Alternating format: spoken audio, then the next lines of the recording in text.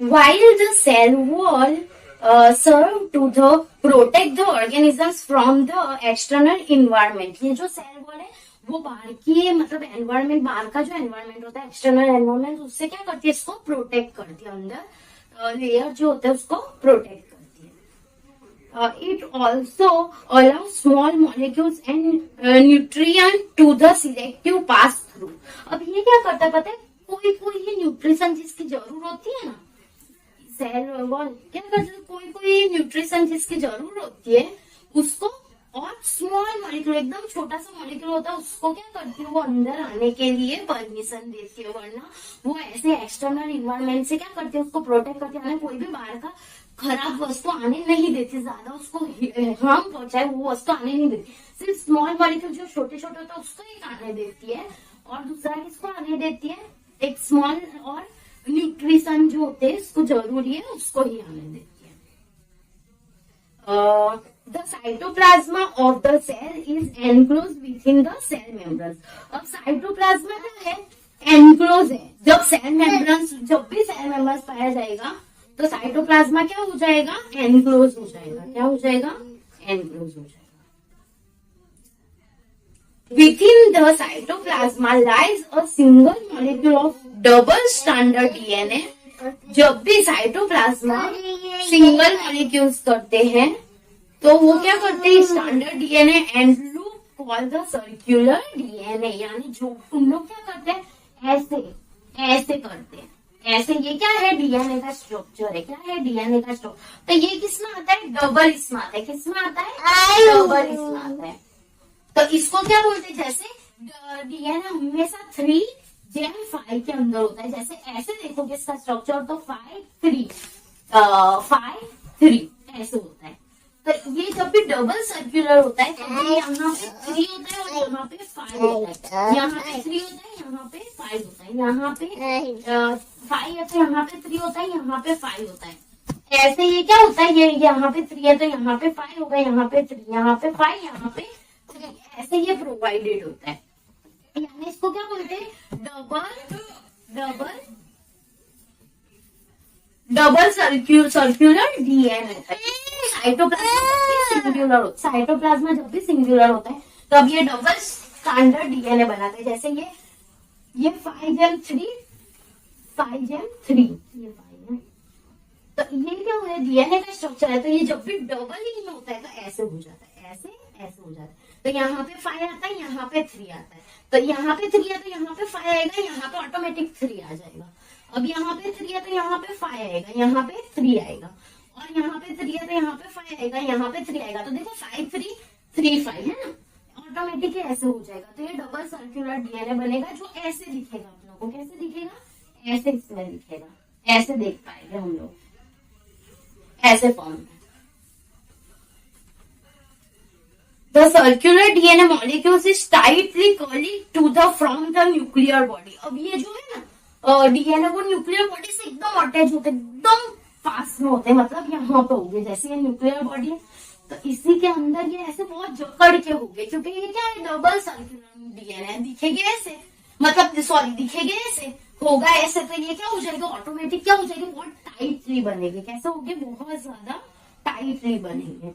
The circular DNA molecule types is bacterial chromosomes। इसमें क्या लिखा, बैक्टीरियल क्रोमोसोम्स के अंदर ये पाए जाते हैं। In addition, most bacteria contain small circular flagella of the DNA called the plasmid। अब कोई कोई क्या करते हैं, बहुत छोटे छोटे से डीएनए बनाते हैं, बहुत छोटे से, एकदम स्मॉल। जैसे ये वाला समझ लो, ये ऐसे बनाइए। तो इसको क्या बोला जाएगा, कोई कोई बैक्टीरिया, सब नहीं, हम इसको क्या बोलेंगे, plasmid.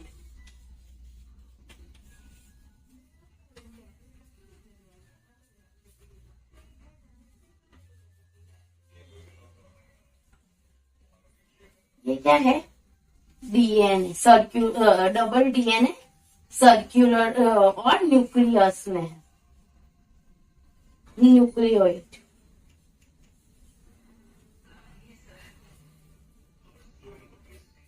Which also carry genetic information. ये वाले भी क्या करते, कोई कोई सेल में, हम सिर्फ कोई कोई सेल में प्लाज्मिड बनाते।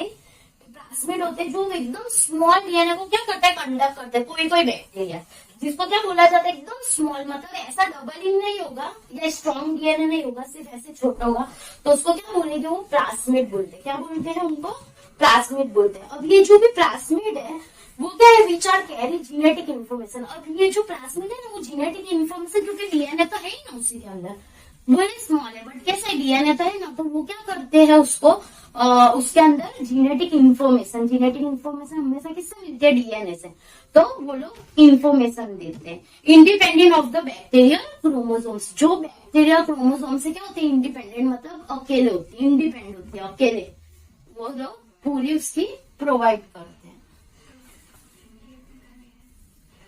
Cytoplasm also posses a number of dense granule elements. अब जो साइटोप्लाज्मा है वो किसका पोजेस है, ग्रेन्यूल एलिमेंट्स का। किसका, ग्रेन्यूल एलिमेंट्स का पोजेस करते हैं। अबाउट 25,000 पर सेल, यानी साइटोप्लाज्मा कितना मिलेगा, हाँ लिखो यहाँ पे लिख दे दो, साइटोप्लाज्मा